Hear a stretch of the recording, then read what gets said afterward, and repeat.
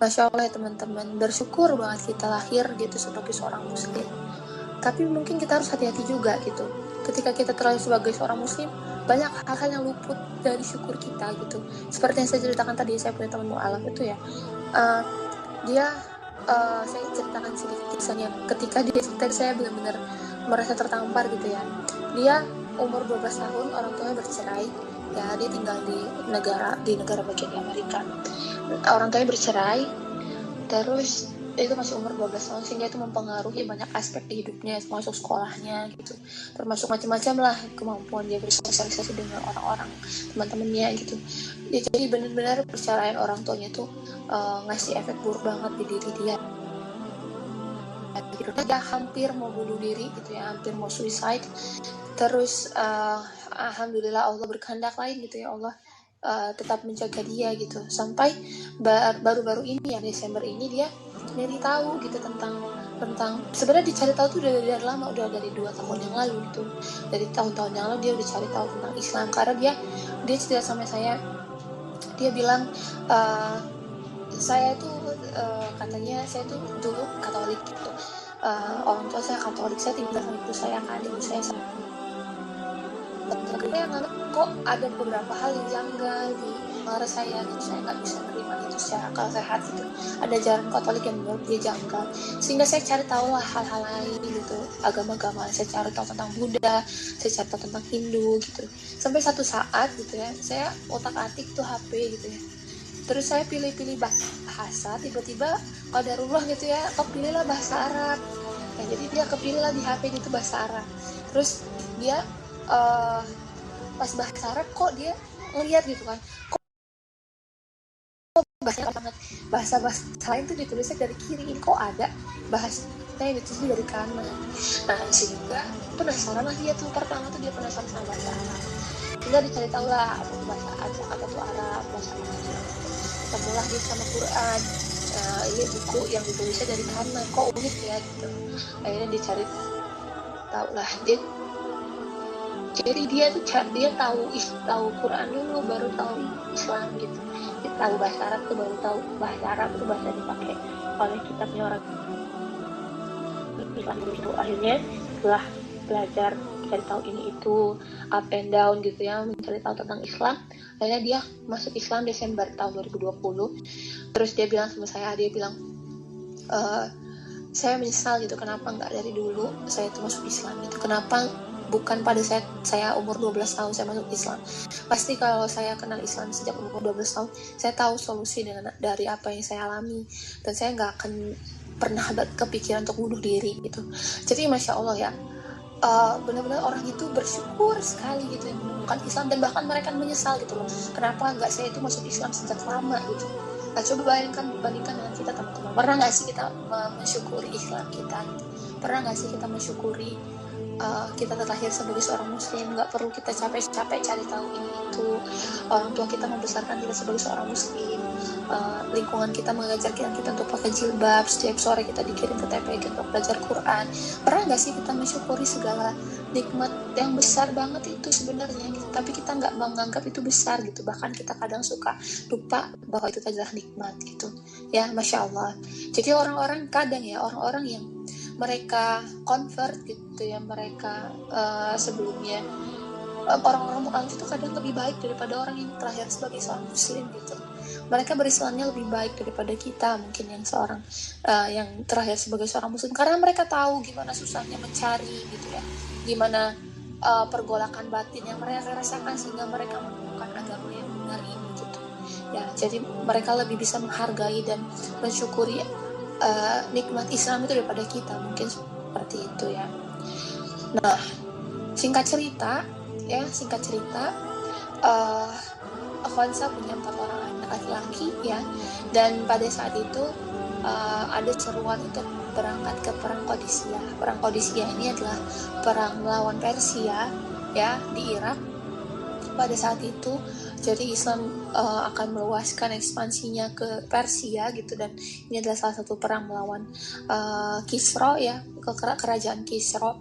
Nah jadi dan berakhir kemenangan Islam kalau teman-teman baca sejarahnya perang Qadisiyah ya.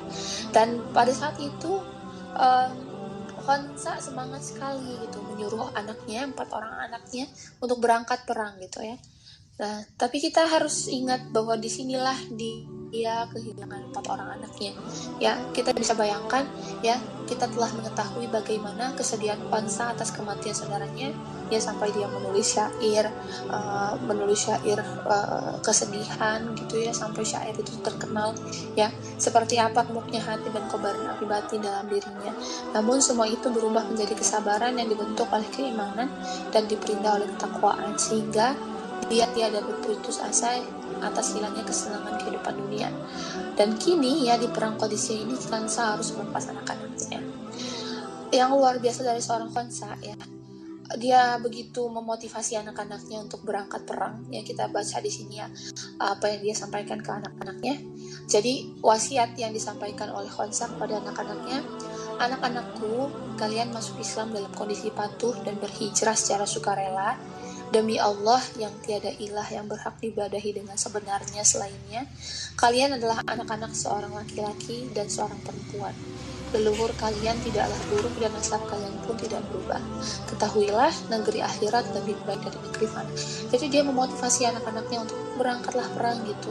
Akhirat itu lebih baik, kalaupun kalian terbunuh gitu ya, itu akhirat itu lebih baik daripada kalian gitu. Jadi Masya Allah, dia memotivasi anak-anaknya dengan luar biasa. Dia bilang juga, sabarlah, kuatkanlah kesabaran kalian, tetaplah siaga, dan bertakwalah kepada Allah agar kalian beruntung. Kala kalian melihat perang telah menyingsingkan pakaian kalian hingga ke lutut dan mengobarkan api dari tanduk-tanduknya, maka terjunlah ke tengah-tengahnya, ya, dan seranglah intinya. Niscaya kalian meraih keuntungan dan kemuliaan di negeri kekekalan. Artinya dari awal Khonsa ini sudah merelakan ya, dengan dia bilang seperti ini ya, kalau perang itu berkecamuk, masuk ke intinya gitu. Dia nggak bilang udah perangin aja yang di pinggir-pinggirnya dulu, enggak.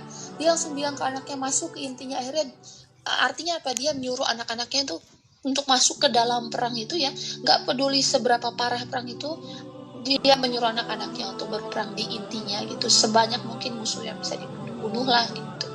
Artinya dari awal Khonsa itu sudah merelakan anaknya untuk syahid gitu ya, karena dia bilang niscaya kalian meraih keuntungan dan kemuliaan di negeri kekekalan. Apa negeri kekekalan itu? Ya akhirat gitu. Jadi kita bisa ambil kesimpulan di sini, memang dari awal ketika Khonsa itu melepas anaknya, dia nggak berharap anaknya itu pulang sebenarnya ya, tapi dia udah merelakan aja anaknya. Kalau misalnya syahid, alhamdulillah gitu, dia dari awal sudah merelakan anaknya syahid. Karena kan ada ya orang yang dia merelakan suaminya atau anaknya pergi perang gitu ya,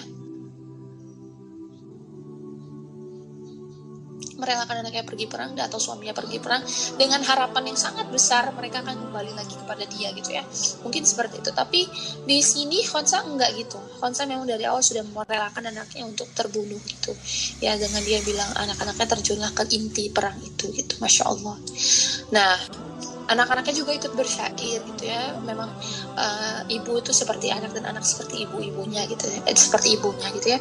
Jadi anak pertama bilang, Masya Allah, ini kita bisa lihat ya dari syair-syair anaknya, betapa anaknya itu sangat menghormati dan sangat mematuhi perintah orang tuanya dan sangat berbakti kepada orang tuanya. Anak pertama bilang, saudara-saudaraku, si wanita tua yang selalu memberi nasihat itu menasihati kita kala berpamitan kepada kita tadi malam dengan tutur kata yang amat jelas. Sementara yang kalian terima dari keluarga Sasan hanyalah wanita yang suka berteriak sana anjing menggonggong. Nah ini mungkin keluarga Sasan, saya kurang tahu juga ya siapa dia ini ya. Mungkin ini adalah musuhnya gitu ya, musuhnya keluarga Sasan tuh orang Persia gitu.